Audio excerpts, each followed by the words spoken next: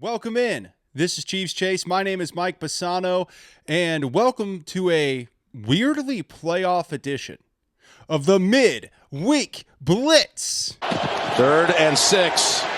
Quinnen Williams tripped him up, but he's still going and heaving it down the field. Wide open is Worthy. Unbelievable play by Mahomes. It's the Mid-Week Blitz where we break down everything Kansas City Chiefs. We dive into a bunch of topics around the league and get you ready for the upcoming game. Also today, we have a little college football news, not just Lane Kiffin, but some college football news that will impact the college football landscape of Kansas City pretty heavily. Dive into that later on in the show. And of course, get you ready for the upcoming game that is the Houston Texans on Sunday Night Football. The playoffs start now for Kansas City. There is no tomorrow for the Chiefs. In order to realistically make the playoffs, the Chiefs have to go 11-6. They are currently 6-6, which means the game on Sunday night against the Houston Texans is the first game of the playoffs for the Chiefs. I didn't think we'd be sitting here in early December talking about the Chiefs playing their first playoff game, but that's the situation we're in. And this is a much better team than 6-6. They have 6 losses, all by 1 score. That means they are relatively close. But you have to win your 1-score games. And too often this year, the Chiefs have played uninspired football. They've come out flat. They've come out sloppy. They've come out just not ready to play. Now, there are other games, like the Dallas Cowboys, where they did play inspired football. Mahomes put up 4 touchdowns to no interceptions, but they had 5 or 6 calls go against them in pivotal moments against the number 1 offense in the NFL. You're usually going to lose games when that happens. So they end up kind of getting jobbed in the Dallas game. However, you look at the other losses, all 5 of them, uninspired football. So now they're in a situation where they better get inspired fast and they better expect some things to break their way. Because if it doesn't, and we're sitting here on Christmas Day with the Chiefs going against the Denver Broncos in Arrowhead and the Chiefs are eliminated from the playoffs, that's embarrassing. It's embarrassing for the Chiefs organization. It's embarrassing for Clark Hunt. And it's embarrassing for the highest paid head coach in the NFL, Andy Reid. So the Chiefs have to get on their mark now, because the playoffs start today. And I know there's some talk about spoiled fans. Oh, the Chiefs are just spoiled. I think there's some truth to that. But there are honest takes, and then there are spoiled fan takes. The spoiled fan take is Andy Reid's on the hot seat. That's a spoiled fan take. But the honest take is that the Chiefs have missed on running back in the draft in the first round with Clyde Edwards-Helaire. They missed on pass rush in the first round in the NFL draft with Felix out of Kansas State. And they have done nothing to rectify those problems in free agency or trades. They've had opportunities to fix their failures, and they refused to do so. That means they have to redefine the way they view this football team, because the reality is, your build through the draft philosophy is really just leaning on Patrick Mahomes. And you failed enough times in the draft that you're wasting Patrick Mahomes. So there's no more excuses from Brett Veach in the front office. No more excuses about how, well, we're going to build and fix that through the draft. You're wasting a generational talent while your draft picks fail. Go to free agency, swallow your pride, and get a proven commodity to help you at running back and help you at pass rush. And the fact that you had a chance to give up a 3rd-round pick for Breece Hall, a 24-year-old running back that you could have extended for the next 5 years, and then from 24 to 29, you have him. And for the next half a decade, you'd be set at running back. You chose not to do that. I really need a good explanation as to why, because the Chiefs are getting left behind in the NFL. We'll discuss more of that here in a second. But here's another spoiled fan. Another spoiled fan take is fire Matt Nagy today. That's a spoiled fan take. But an honest take is the Chiefs offense has failed in big moments and especially in the red zone too often this season. So at the end of the year, if the Chiefs miss the playoffs, it's time to reevaluate Matt Nagy's position in the Kansas City Chiefs. Because when you have Patrick Mahomes and Travis Kelce Rashee Rice, Xavier Worthy, and I know Rice and Worthy have missed time, but when you have a generational quarterback and you're failing to score in the red zone, it's time to reevaluate your job position. That's a harsh reality of the NFL, and you know what, Matt? It happens all the time. You have 5 games. If the Chiefs go to the playoffs, it would be absurd to fire Matt Nagy. But if the Chiefs miss the playoffs, it would be very much on the table because of the red zone offense. No one gets open. Watch the tape. Watch the All-22. Pat rolls out and throws it away because they can't get a guy open in the red zone. 3 opportunities, you can't get a guy open. That's where the Chiefs offense has failed the most. They have an amazing, they're top 5 offense in yards. And I think they're 10th in points scored. You know why that is? Because they don't have a good red zone offense. Why is that? Lack of a consistent running game, poor play calling inside the 20. So Matt Nagy, Brett Veach, Andy Reid, everybody, they need to be held accountable for that. And they have to make a change. Now, whether that's a change in personnel or a change in philosophy remains to be seen. But the honest take there is that the Chiefs' offense sputters in the red zone, and if they don't make the playoffs, it's time to reevaluate whether or not Matt Nagy should be on this offensive staff. For the record, Eric Bieniemy, he coaches running backs in Chicago now, his first year. So in Eric Bieniemy's first year on the offensive staff for Ben Johnson's Chicago Bears, they're the number 1 seed in the NFC. So I'm tired of hearing about Eric Bieniemy not bringing anything to the table because clearly he is. And he would probably push for more running game in Kansas City, which is why they got him out of there, because Andy doesn't like running the ball. Do you go grab him from Chicago and make him the offensive coordinator in Kansas City for 2026? That would be the question. And I think it's a very fair one. The spoiled take from Chiefs fans is that Patrick Mahomes has fallen off and that Travis Kelce is washed. That's maybe the most absurdly spoiled Chiefs fan take that I see out there. And the honest take is that Travis Kelce is one of the top tight ends in the NFL by every statistical measure at 36 years old. He is the only player in Kansas City who has consistently beat man coverage all season at 36 years old. Patrick Mahomes is putting together a great season and has done a really good job of carrying this team. Yeah, he's had some errant throws. So has every other quarterback in the NFL. So more or less, I think that spoiled fan take about Mahomes and Kelce, it only comes from people that don't watch a lot of football. Because if you watch a lot of football, you see every single quarterback fail. Even Drake May. I don't know what the hell that comes from, but that's what they call him. Currently one of the front runners in the MVP, also Matt Stafford.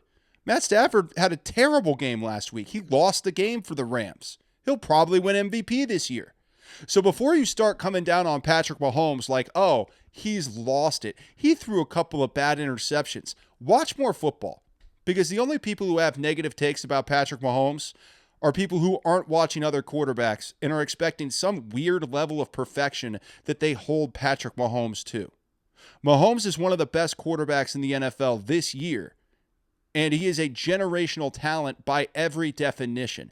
Even the Patriots fans that will always come after me for ranking Mahomes over Brady, they will even admit generational talent being absolutely wasted this year by the Kansas City Chiefs. And anybody blaming Patrick Mahomes, they're missing the bigger picture. By a huge margin, missing the bigger picture. But honestly, here's another thing. Here's the honest take when it comes to this Chiefs offense. Mahomes and Kelce, they shouldn't be your only 2 players anymore, man. It's not 2022. You can't have a 36-year-old tight end be the only thing working on a consistent basis for your offense. They need more support. And the big thing they need is a running game that's more consistent, more dynamic, and can score. I understand Kareem Hunt's good. I love Kareem Hunt. Kareem Hunt's one of the best power backs in the NFL, and I think one of the best short yardage backs we've ever seen in the history of the league in 2025. And the numbers support that, considering Kareem Hunt has a better success rate on short yardage downs than the tush push for the Eagles. So that tells you Kareem Hunt's doing his job. But don't get mad at Kareem Hunt because he's not Breece Hall, because he's 30 years old and he's a power runner. He's not a 24-year-old every down back like Breece.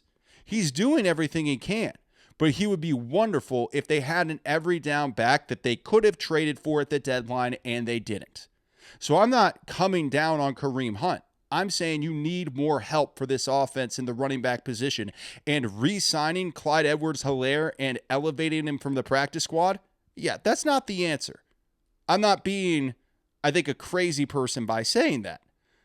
I don't think people are going to listen to that and go, well, this guy's out of his mind. Who wouldn't think elevating Clyde Edwards-Helaire was a brilliant move by Brett Veach? Nobody's saying that.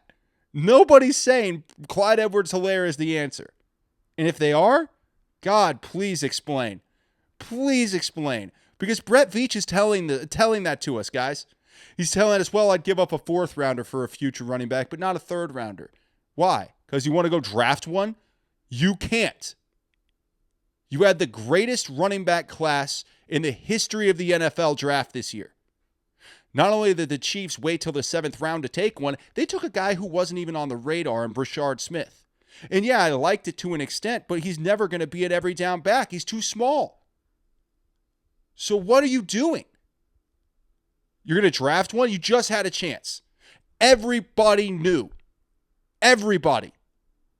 When Isaiah Pacheco got 8 screws and a metal rod in his leg, he wasn't going to be the same. What doctors do you talk to? Because anyone who's been through any kind of orthopedic surgery, and especially one where they put foreign objects into your body, they know you're never going to be the same.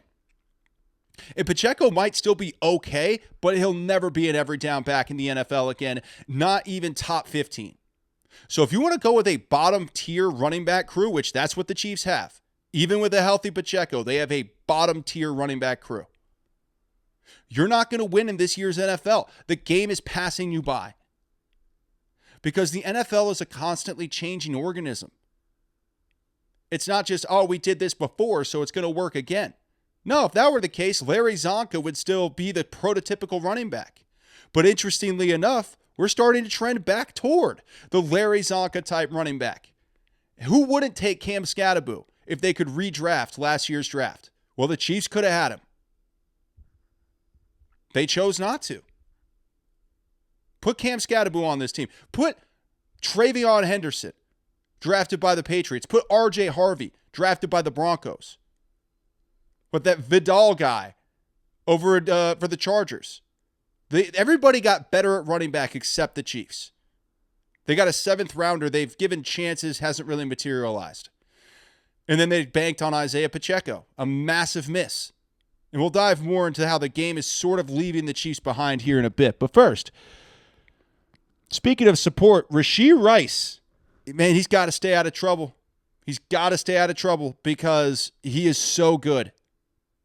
Now that he's got his legs underneath him, coming back from the suspension, last couple games, he has been the guy. The number 1 wide receiver, one of the best possible things the Chiefs could have had is Rashee Rice.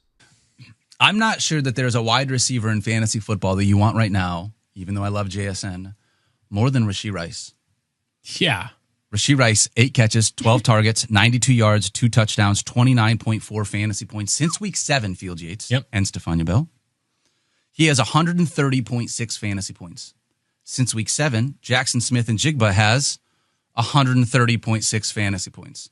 They are exactly the same. They are tied with each other for neck and neck. We've been talking about how good JSN is nonstop. And Rashee Rice, since he came back from his suspension, has as many points as JSN. Since Rashee Rice came back from suspension in week 7, he is tied with Jackson Smith and Jigba, JSN, with fantasy points. Absolutely crushing in every single category. So the number one thing Rashee Rice has to do is stay out of trouble. He's 5 years on probation right now. If he violates that probation, it's going to be a massive problem and a massive suspension. I don't know if he needs to go to a monastery, go to therapy, do anything you can to keep your nose clean, Rashee, because clearly you have the talent to be one of the best receivers in the NFL. You have the talent to be right up there with JSN, Jamar Chase, Jay Jettas, everybody. You can be elite. You can be top tier. You just got to stay out of trouble. So can you do that? That is the biggest question mark for Rashee Rice, because as far as playability, as far as being a wide receiver in the NFL, he's answered every single question and silenced every single doubter. The only thing Rashee Rice has to do from this point going forward in order to be elite and have generational wealth, stay out of trouble. So that is the focus for him. And if that happens, obviously it's going to be great for the Kansas City Chiefs. Obviously it's going to be great, but he has to do it. Everything else is there for him. But I think a lot of people, like me, are a little frustrated. Rashee Rice, if you have him in the first 6 weeks, the Chiefs aren't in the playoffs today, right? The playoffs wouldn't start today for the Kansas City Chiefs if Rashee Rice didn't get suspended. So the number one thing for him is to stay out of trouble, because that did, in some way, really hurt this season. And I know you got to get to it. They were 3-3 when Rashee Rice got back, and that was fantastic. But they would at least be 4-2 or 5-1 with him. And then we would be sitting in a totally different world when it comes to the Chiefs making the playoffs. I'm rooting for the guy. By the way, if the Chiefs make the playoffs versus if they don't, two interesting scenarios and an argument for why things would be better if they didn't make the playoffs. No, it's a little, what? I get that, but we'll get to it here in a second. First, though, we got some Chiefs. We have Andy Reid, Patrick Mahomes, and Trent McDuffie to hear from here, as Andy Reid was at the podium, this via Sports Radio 810 WHB in Kansas City. Andy Reid was talking about Josh Simmons, who unfortunately went on the IR today with a broken wrist, fractured wrist. The offensive line is going to be tough on Sunday night, and we'll get more into that. But here is Andy Reid on Josh Simmons going into his rehab for his wrist. Oh, wow. Yeah, so listen, the kid loves to play football, and, that's that part, he's depressed about that part. That's probably the wrong word to say, but he's down about that part. But he's upbeat. I mean, the surgery went well, which was a real positive, and so he feels good about that. And then it's just a matter of coming back. He's did a great job with his knee coming back. He's a worker, so whatever he can do to rehab it, he's going to do. That's just how he rolls. It's been a really tough rookie outing for Josh Simmons. Guy has a ton of talent. We can see it. But he had to step away from the team for about 30 days for a personal issue. And then only a few weeks after coming back, he breaks his wrist. Unfortunate year for Josh Simmons. We had much higher hopes for what he would bring to the table. And the weird thing is, it's not about his playability. It's about his availability. But a big part of being great is being available. That's why Travis Kelce's the GOAT. You understand? It's because he never gets hurt. He's always playing. Travis got hurt like his rookie year, and since then, Travis has never had a substantial injury, because the best thing you can do for your life, for football, for your team, is be available. And unfortunately this year, Josh Simmons has struggled to be available. We were happy to have him back, but now the Chiefs' offensive line looks like it's going to be a massive problem on Sunday against one of the best defensive lines in the NFL. Just devastating for Patrick Mahomes and everybody, because it looks like you could have 3 backups playing against the Texans. Q Mahomes running for his life. It's unfortunate, but that seems to be the situation. We'll talk about how he can sort of navigate through that here in just a second. In fact, he was asked about this. We'll do it right now, because we'll get to Patrick Mahomes on Sports Radio 810 WHB in Kansas City. Here he is discussing. It's an interesting question he doesn't quite answer, but we'll have him talk, then I'll give my take on it. In previous postseasons, you've made it very clear that you want to use your legs and be more of a dual threat. Is that something you're going to have to sort of engage on Sunday, given the just the dire situation you guys are in? Yeah, I mean, you're going to have to utilize everything, not just my legs. I mean, you got to utilize everything you have to go out there and win. I mean, this is a really good football team that's playing really good football right now and has a really good defense. And so we're going to throw it all out there and try to find a way to win. And this will be a big game for us to showcase who we are and who we think we can be moving on the rest of the season. Now, here I didn't quite straight up answer the question. It's true. You shouldn't be like, yes, this is our game plan. Here you go, Texans. So I get that. That's a normal reaction from Pat. But Patrick Mahomes is going to have to use his legs significantly against the Houston Texans because the Chiefs don't have an offensive line.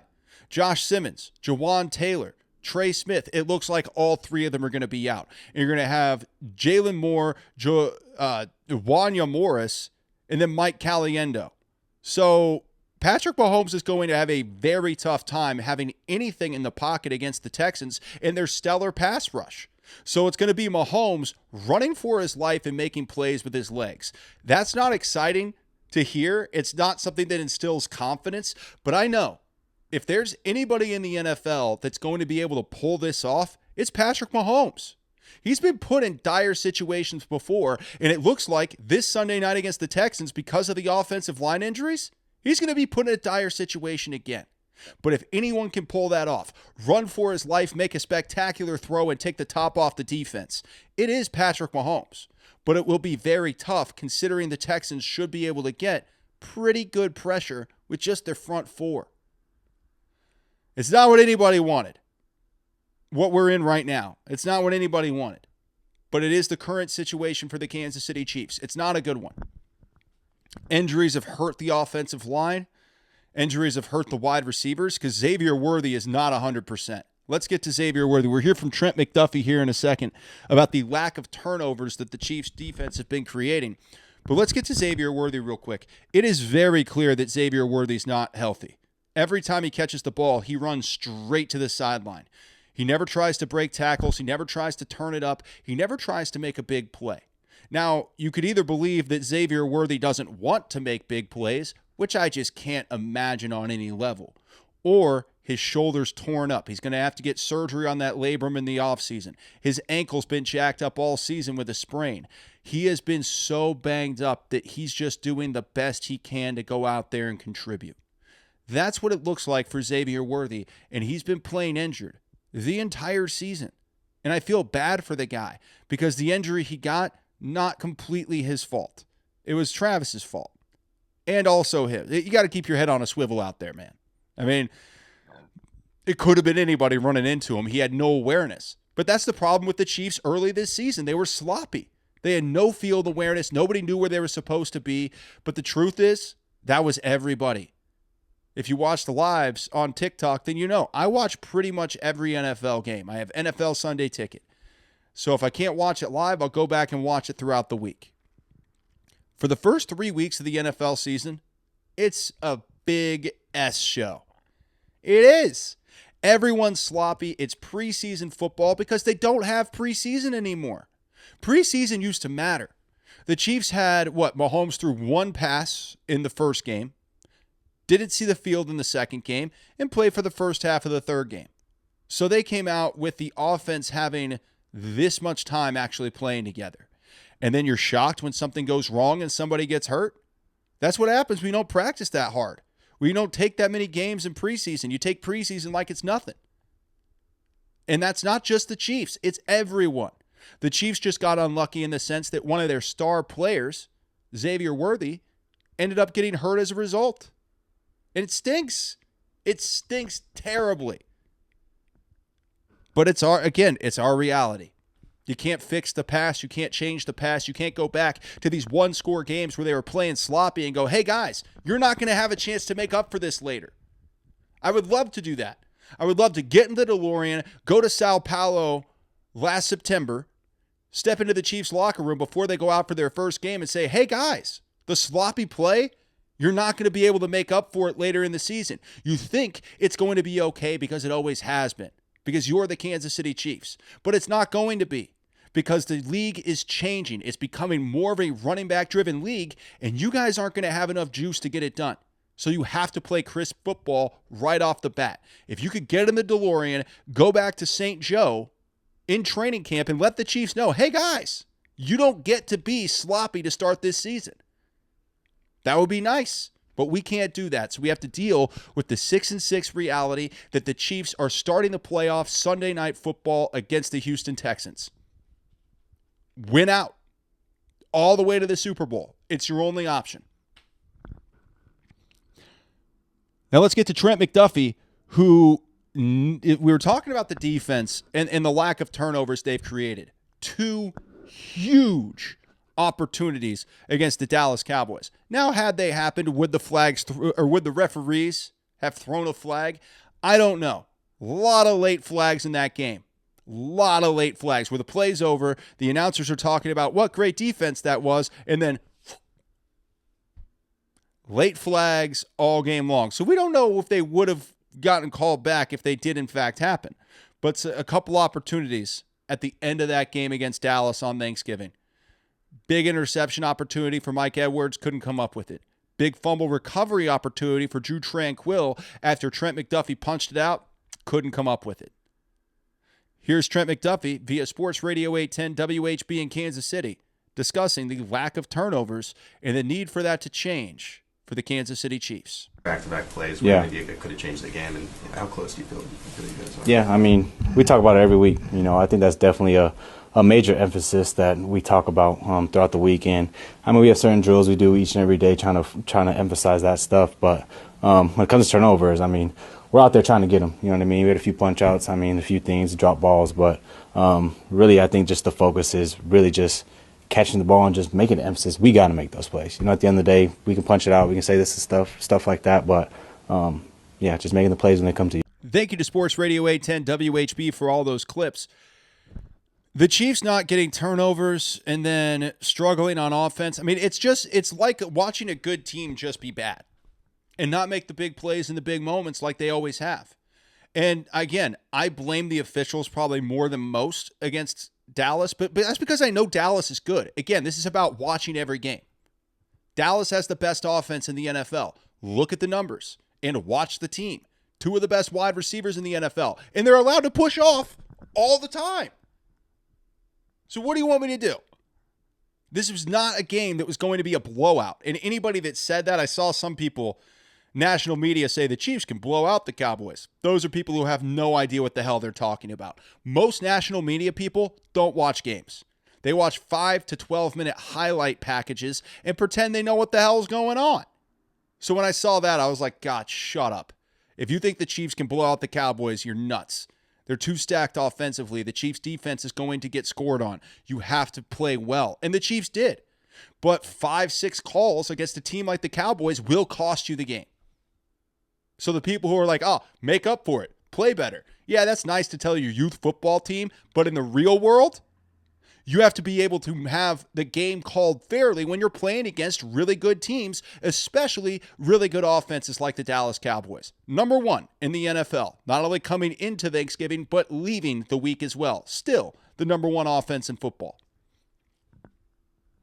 You can't get 6 calls against you that are total BS playing against a team like that and expect to win. So I cut them a little slack for that game. But overall, yes, turnovers need to be emphasized on the defensive side of the ball. Absolutely. But the thing is, without pass rush, it's hard to get turnovers.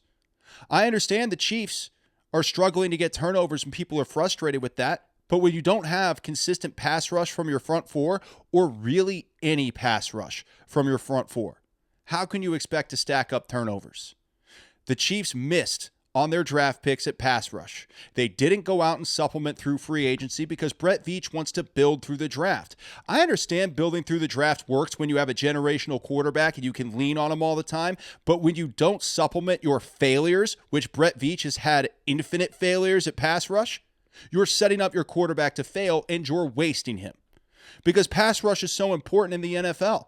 How many times did Dak Prescott have all day? Well, if you give Dak Prescott, CeeDee Lamb, and George Pickens all day, and they're allowed to push off at will, you're probably not going to win the game. So you have to supplement those things with when you miss. When you miss on draft picks, you have to supplement them. Brett Veach hasn't done that. So go to free agency, make a trade, do something, and stop arrogantly thinking that you're going to hit on the next one when you keep missing. I'm sorry if I sound upset, but that's because I am. When someone's ego gets in the way of what's best for the football team, you have to call it out. Because Brett Veach wants to believe that he is the draft maverick and he can build this team through the draft and he can keep our guys. We're going to re-sign our guys and build through the draft. We're going to be great. But what you have is a team that can't rush the passer and can't run the ball because of Brett Veach's failures in the first half at both positions, or the first round, at both positions. That's what this comes down to, guys. If the Chiefs have Breece Hall and then go out and sign a big-time pass rusher, what's their record? It surely isn't 6-6. Now, this actually brings me to a great point here that I'm about to make, that I brought up about the Chiefs missing the playoffs. If the Chiefs miss the playoffs, it will force change. It'll force a change in philosophy. It'll force a change in Brett Veach, believing that he can build through the draft at will. It'll force Andy Reid to start handing the ball off more. And for the Chiefs to get a running back. The reality is the league is passing the Chiefs by because it's a constantly changing organism. It's no longer the West Coast offense where you can just drop the ball all over the place. Why? Because it has been for the last 7 years. And teams to combat the Kansas City Chiefs and other teams that throw the ball all over the yard, they've got a bunch of small, fast defenders who can guard sideline to sideline. Well, what do you do if you're an offense like the Chicago Bears have and you want to counterbalance that? You go get a 1-2 punch at running back that can run downhill at these small defenders and run them over. That's the adjustment that the NFL has made to teams like the Kansas City Chiefs. And if the Chiefs don't make that adjustment, they're going to get left behind. And currently they haven't. They had a chance to recognize and make that adjustment at the trade deadline. They didn't do it. And it's not just Breece Hall. Breece Hall's upsetting because he would have set you up at running back for the next 5 years. He's 24 years old. He's great at catching the ball out of the backfield, and he's a quintessential every down back that can do everything. And then you have Kareem Hunt as a power back. That 1-2 punch, oh, get out of town, man. You transform the offense. The Chiefs decided not to go that route because I think Brett Veach's ego once again got in the way. Oh, I'll draft one. What, like Clyde Edwards-Helaire? You can't miss in the draft constantly and then tell me you're going to go draft one. That's what frustrates me. When you see the issues, you tell them, hey, here's a problem. Here's how you fix it. And then they don't do it. That's when I get frustrated. I think that's when fans get upset. It's not like I'm just a child sitting here going, this needs to be better, which is what I hear a lot of the time from people talking sports. This needs to be better. You got to do a better job. That's clown stuff, man. I don't do that. I'm giving you actual solutions to your problems. But when you refuse, not just to take my solution, but take any solution, Tony Pollard, Jerome Ford, there were plenty of running backs that were available to the Kansas City Chiefs if they wanted to make a trade, and they didn't do it.